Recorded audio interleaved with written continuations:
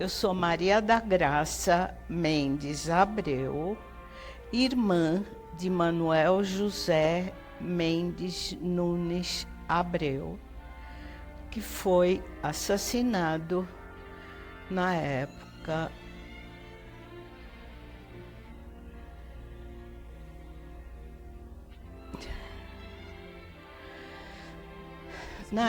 dos anos 70, na época da repressão.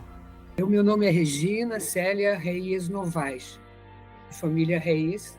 Eu sou irmã de Lauriberto José Reis, que foi assassinado pela ditadura militar em 1972. Meu nome é Alice Hansen da Silva e eu sou irmã do Olavo Hansen. Meu nome é Vital Fogaça Balboni, eu sou irmão do Zizo, que é chamado por nós carinhosamente como Zizo, mas o nome dele é Luiz Fogaça Balboni.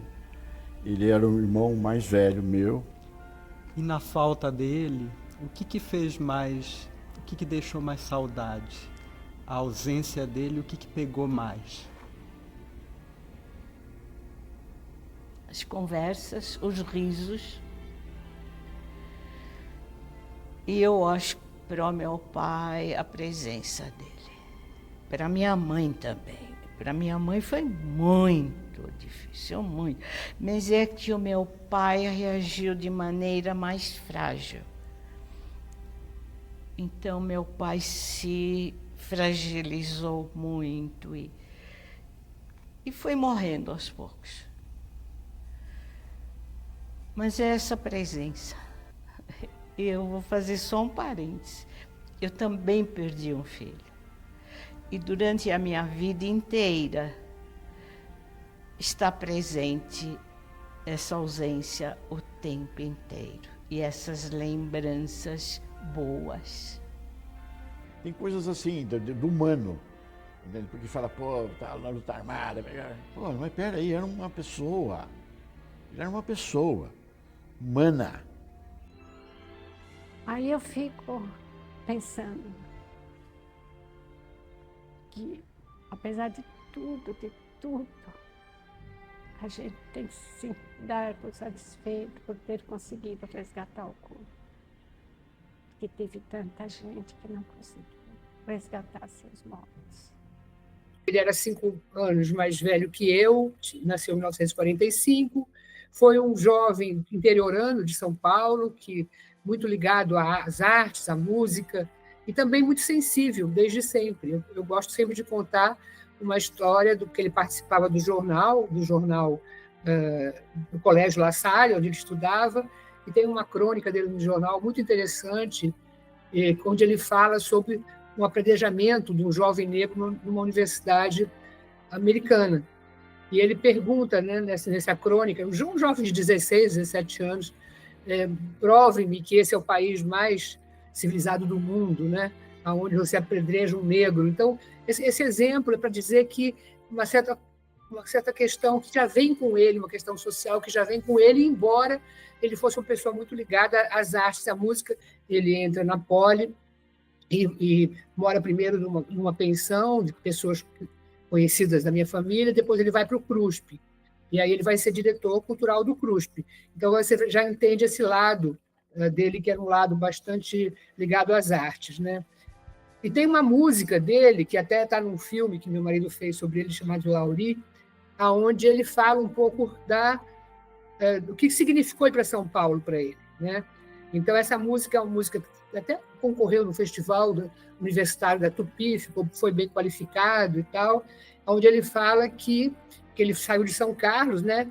A minha terra tem areia branca, tem bola de meia, tem Campo Verdinho, tem moça sorrindo, fazendo promessas que eu fiz, né? E aí falando um pouco dessa vida pueril de São Carlos, e depois a chegada em São Paulo, quando ele olha que a minha terra tem um povo triste, não fosse embora, talvez eu nunca visse. Então, ele vai se politizando ali no movimento estudantil, no movimento cultural, vai se politizando, né? E é isso que acontece, é assim que ele se engaja em lutas sociais mais fortes, né? Então, a história dele é a história desse menino, né? São carlense, e essa chegada em São Paulo, esse olhar esse olhar forte, né, para a própria cidade, a descoberta do Brasil, né, que acho que São Carlos ele não via, pelo que ele escreveu. Durante 10 anos, nós fomos 5 irmãos. O Olavo era o mais velho.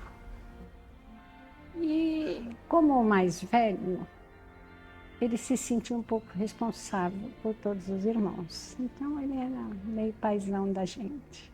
Com uma vantagem. Ele conversava, ele mostrava quando a gente fazia alguma besteira, mas ele não dava bronca. Que pai e mãe não. Principalmente a mãe. Meu pai não era de dar bronca, mas minha mãe era. Sim. Mas ele sempre foi muito responsável e muito jovem.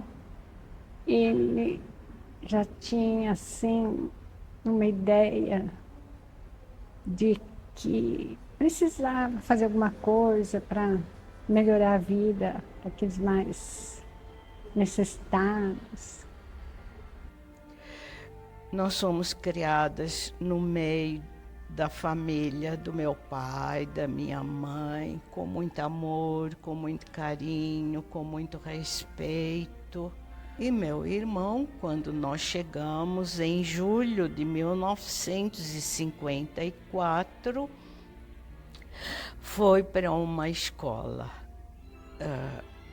particular, iniciar os seus estudos junto com a minha irmã. Inclusive, entrou na Poli sem cursinho, o que foi um grande motivo de honra. Nossa família era muito humilde, muito simples. E eu fui a primeira a entrar na faculdade. Mas ele, como homem, era a menina dos olhos do meu pai. E quando ele entrou, foi para o meu pai a maior alegria, a maior felicidade, o maior orgulho. Foi uma criança tranquila, não me deu trabalho, porque muito eu cuidava dele. E ainda no colegial, ele já começou a participar de movimentos estudantis. Nós fomos criados numa fazenda no interior de São Paulo, nos anos 50. Naquela época não tinha escola ali na fazenda. E como não existia continuidade, ele veio para São Paulo. Meu pai colocou ele no Colégio Arquidiocesano aqui em São Paulo, para ele continuar os estudos. Uma vez a minha mãe veio visitar ele aqui em São Paulo, ela notou que ele estava com um sapato muito antigo, velho, roto. Aí ela falou: meu filho, Luizinho, ela chamava de Luizinho, está aqui um dinheirinho para você comprar um sapato novo para você. Passou um certo tempo, ela voltou, deu de cara, o Zizo comeu um sapato. Eu falei: mas Luizinho, eu não falei para você comprar o sapato? Aí ele falou: mãe, tinha um amigo meu que estava precisando muito, então eu tive que emprestar para ele. Sabe? Esse são características, coisas. Eu acho que a riqueza de conhecer o Zizo são as pessoas que falam sobre o Zizo. Em 1964, ele foi preso. Aí eu já tinha 15 anos, já começava a entender mais as coisas, mesmo sem muita explicação. E eu sei que ele foi preso, ficou um tempo preso, depois saiu, depois ele arrumou um emprego na IAP, que era uma empresa química. Eu não sei bem se era, acho que era de Santo André, por ali. E aí ele se filiou no Sindicato dos Químicos. E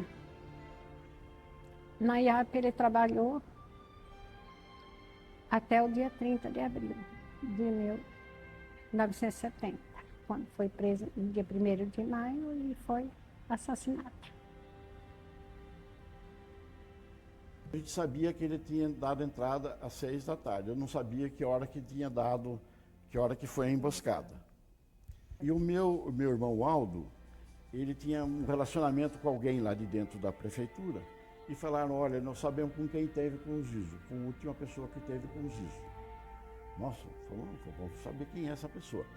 Aí descobrimos que essa pessoa é o Manuel Cirilo. Ele era o endereço do Manuel Cirilo aqui em Campinas. Eu e o Aldo fomos visitar o Manuel Cirilo e ele contou o que aconteceu, sabe? A emboscada foi às 3 horas da tarde. Então, houve um tiroteio, o Zizo levou um tiro pelas costas bom, o que aconteceu? O Estado ficou com ele das 3 da tarde às 6 da tarde, sei lá, fazendo o quê?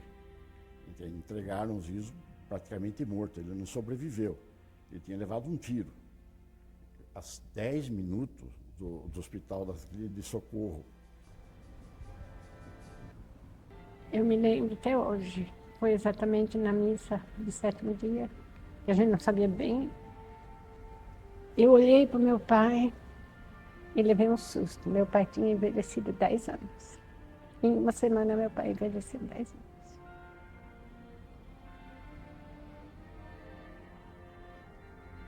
É muito difícil.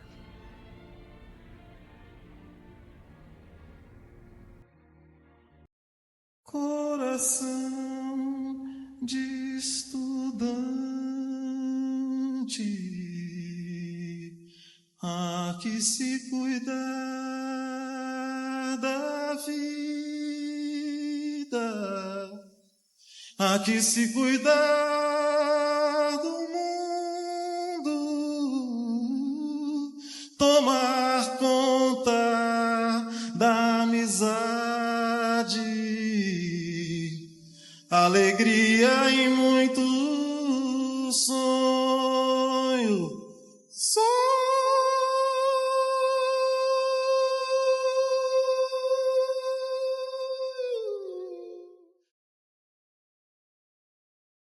Vou falar só mais uma coisinha, posso? Que é uma coisa minha. Que os mais jovens, quando eu falo dos mais jovens, não são os jovenzinhos, os que ainda participam, os que ainda lutam. Um conselho: precisamos estar sempre atentos, porque a nossa democracia é muito frágil e ela precisa ser cuidada.